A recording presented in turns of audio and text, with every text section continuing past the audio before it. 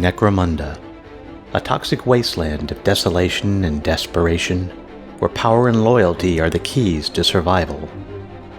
In Hive Primus, an impossibly large structure of construction, detritus, and decay, live houses both great and infamous.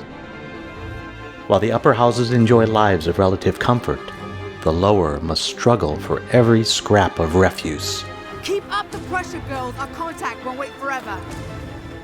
Often delving into the Underhive for supplies, technology, and power. When their objectives clash, so continue the Underhive Wars.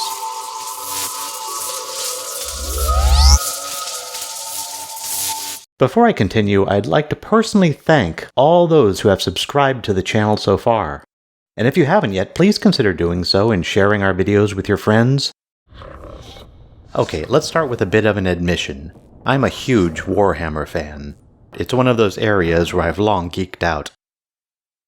On the flip side of the coin, I've been disappointed time and again with the indiscriminate nature of Game Workshop's licensing department. From the first software conversion I bought and enjoyed, seen here, to Necromunda, they've attached the names of some of their most beloved and revered entities to games both fantastic and awful.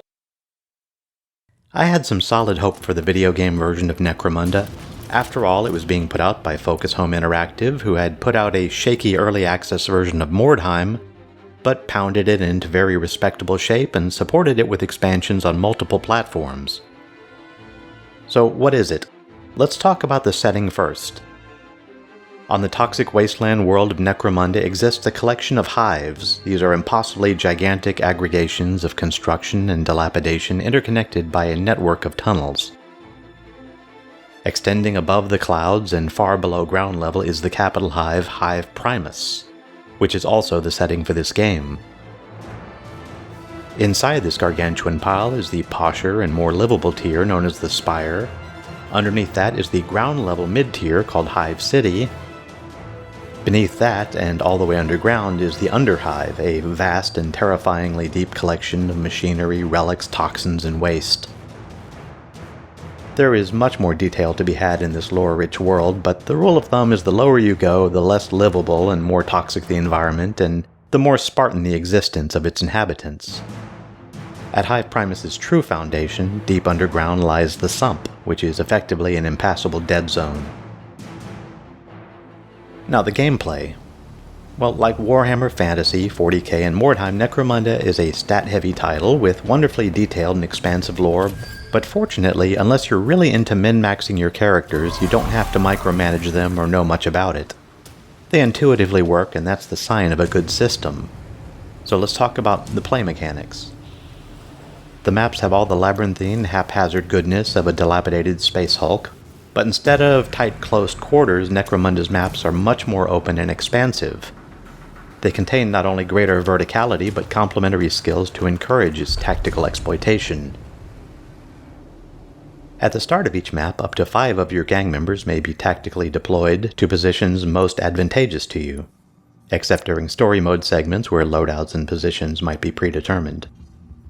On each character's turn, it may perform feats by expending points from 2 pools, movement and action. Movement, as in Focus's interpretation of Mordheim, is wonderfully intuitive. The character can move freely anywhere within the orange circle, and once at the edge of the circle, its movement points are expended. But if you don't perform any actions, or you're acted upon, you're allowed to freely run about. This is terrific design. The other pool, action points, are expended carrying out activities such as attacking, mantling, reloading, and using skills. As the maps can be somewhat confusing, there are 2 useful ways to survey them. The first is the tactical view, which gives you a third-person survey of your surroundings, and this is extraordinarily useful for determining line of sight and gaining a tactical and intuitive sense of place. The second is the map view. This is a more traditional map, useful for finding reinforcement points, exit points, and all that. And just as you would expect from a Games Workshop title, there is vast depth and intricacy woven into the play mechanics. Stances, corruptions, overwatches, weapon jams, traps, and more keep the gameplay customizable and varied. Do you want to make an Orlok, long-range squad that specializes in trapping and disabling? You can do that.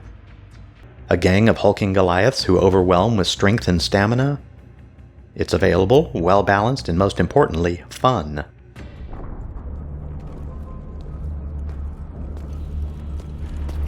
Wait! Come on, Kira. Move your ass. In the campaign mode of Necromunda Underhive Wars, written by Necromunda creator and rulebook co-author Andy Chambers, you begin the story controlling members of the Bearcats, a gang affiliated with House Escher. Escher, one of 6 houses in Hive City, is primarily composed of females who excel in close-order combat and dexterity. As the story opens, your gang has been summoned by its leader, Tessaria, to carry out a mission deep into the Underhive to recover a newly uncovered piece of archaeotech.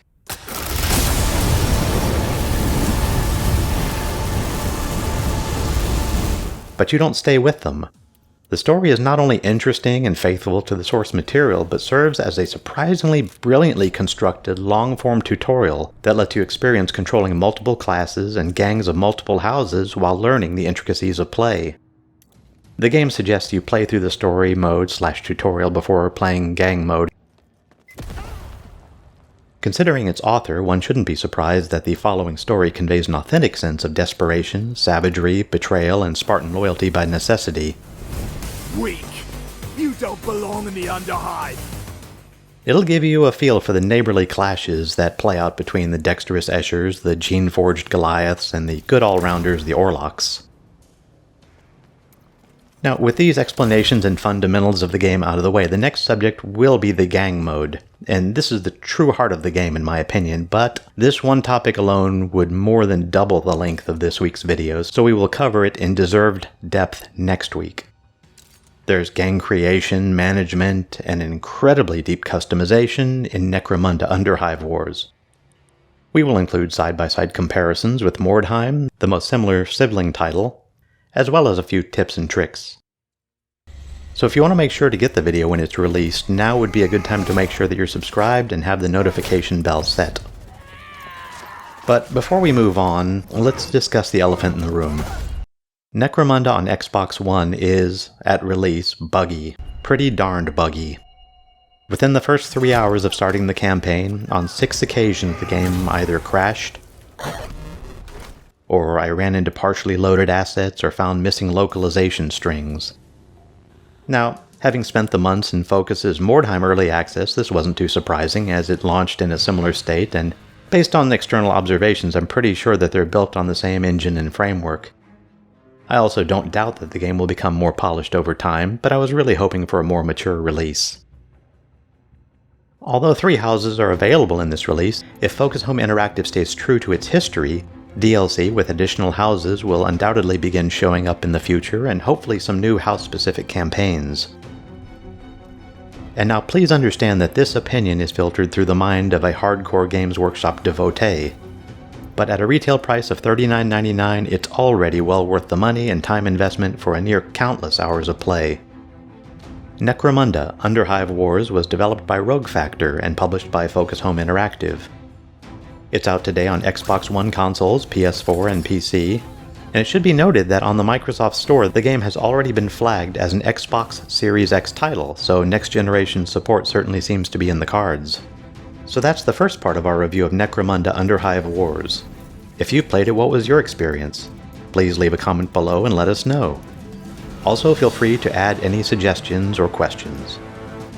And if you enjoyed this video, please consider liking it, subscribing, and hitting the notification bell.